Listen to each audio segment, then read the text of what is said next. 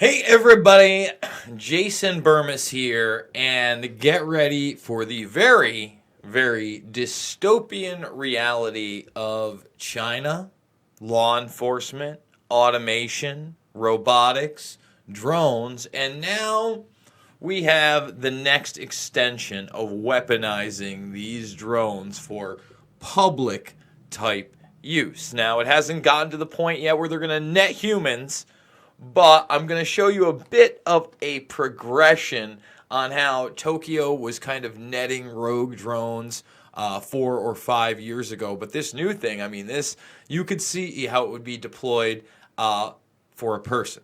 But we'll get there. Before we get there, I would like to highlight this one article. All the way back in 2009, it was reported widely, and it caught fire. I remember Drudge picked it up, that the military was developing corpse-eating robots for the battlefield.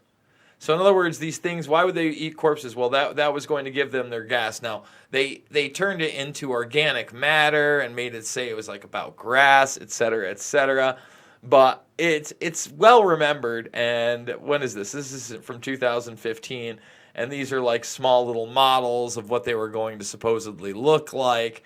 Here's some of the blueprints for them. And now here's the grass they were going to eat. But essentially, they were feeling out the public. What if we had a weapon on the battlefield where if we killed the enemy, we could use it as fuel and they'd be autonomous and just go at it? I think that'd be a great idea. We'll save the world.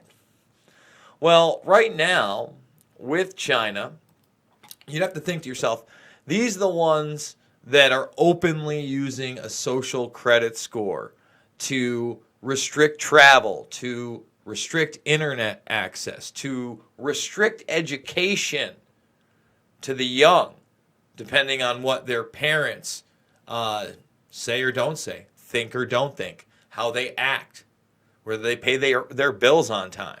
Are they a smoker? Do they jaywalk? All going into this facial recognition system, the Track Trace Database Society I've warned you about for a very long time, to be beta tested there in China. Because believe me, it's going to be a global system. That is what they're trying to do. China is just the first step in this program. And now, to get rogue drones, okay, they have this system where basically they have a drone about this size, and if you see right in here, you can see where the projectile is going to come out of, and it tracks onto these things. Let's see, is this no, that's the Skyhawk drone. That's not what I want to see. And it nets rogue drones. It tracks it. Let's see, let's play a little bit of it in the background. Daily Mail is terrible with these things, but there's a good look. Let's take that down. So we've got a rogue drone, and we're seeing it, and we'll fire, and boom, got it, down. Boom, got it, down. All right, let's stop.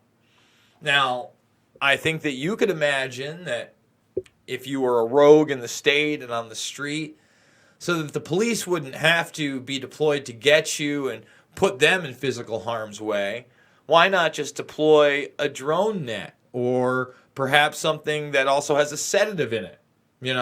These are small little baby steps. Because, for instance, as I showed you, or I said before, this is in 2015 from CBS This Morning. You see, there you go.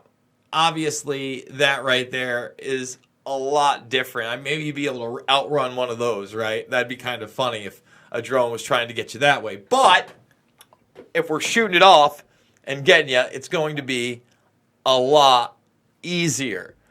Now, I got to tell you, this is coming, all right? This is from 2018. Death from Above, how we're preparing for a future filled with weaponized drones. A lot of people want to talk about automation and the movement of jobs elsewhere. And they usually talk about what they're seeing today, right? They're seeing, well, my service industry job of flipping burgers or taking orders, that might not be there in the future, right? That's pretty obvious. My manufacturing job on the floor of the Amazon warehouse or the Walmart distribution center, that job might not be there. You know what they never talk about? What they never, ever, ever talk about is the eventual replacement of law enforcement. Now, this is going to be further down the line. Whereas I see the automation of factory work and pretty much all fast food and that type of service industry work probably in the next 10 to 20 years. It may take 20 to 40 for law enforcement to be largely automated. But think about how dangerous that is when that does happen. And we are being slowly prepared for that type of world. A society where transhumanism will be continued to be pushed through a consumerist culture. You see, the wearables, like the watch on my wrist, you know, that right there, that's not good enough. Or even a wearable that would allow me to do what the small microchip that's embedded in many people's bodies all around the world, but especially in Sweden. We've talked about that. The movement in Sweden, for instance, to go to a cashless society.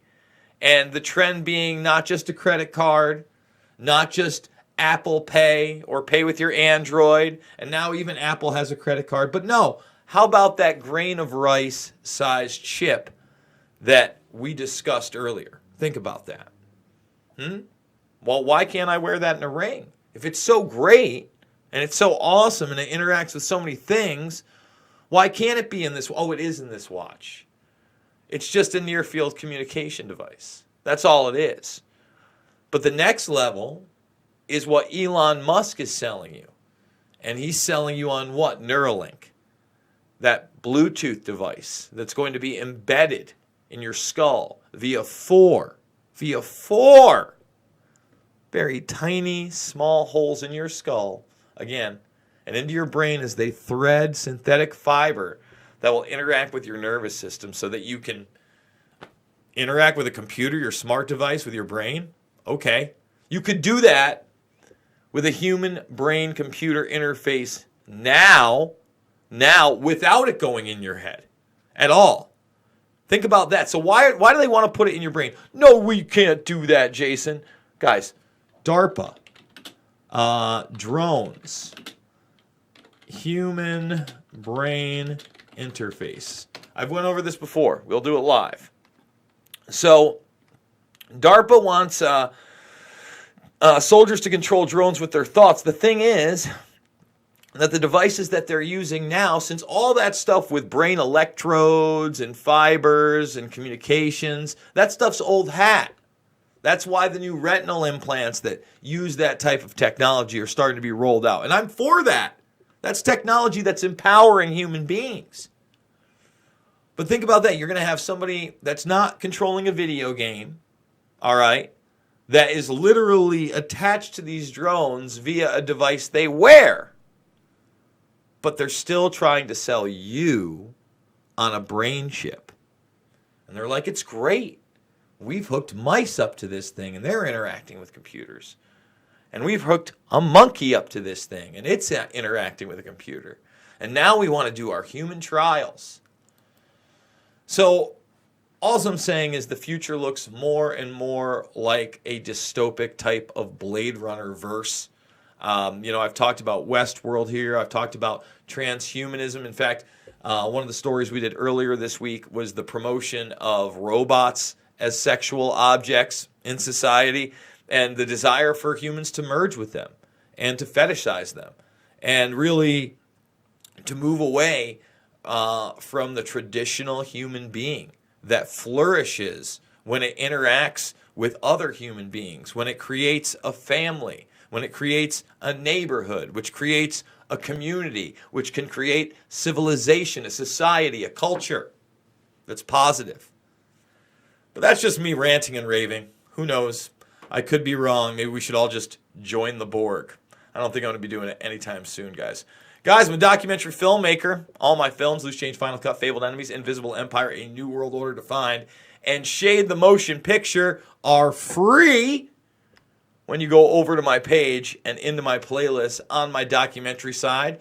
I'm doing 3, 4, 5, 6, sometimes even 7 videos a day. Been slacking because I've had the nieces with me quite a bit recently and just a lot going on in my life, but we're still kicking out the jams on important subjects such as Jeffrey Epstein, the quote-unquote war on terror, show trials, some throwbacks of Jordan Maxwell, Webster Tarpley. We're going to get more and more into 9/11 as we approach that date. Richard Gage is going to be a guest, and we did break down that new paper, World Trade Center Building 7. By the way, Yahoo Finance is the first mainstream outlet that I've seen cover that today.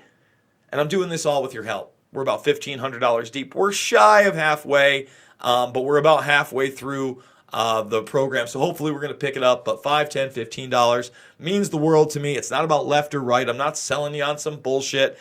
If you like what I do, please support me. If you can't, I totally get it. I totally understand. But if you can, hey, we're moving forward with this thing. We got 33,000 plus subscribers. And hopefully we will continue to grow at this channel. So thank you guys very much, and I will see you on the flip side.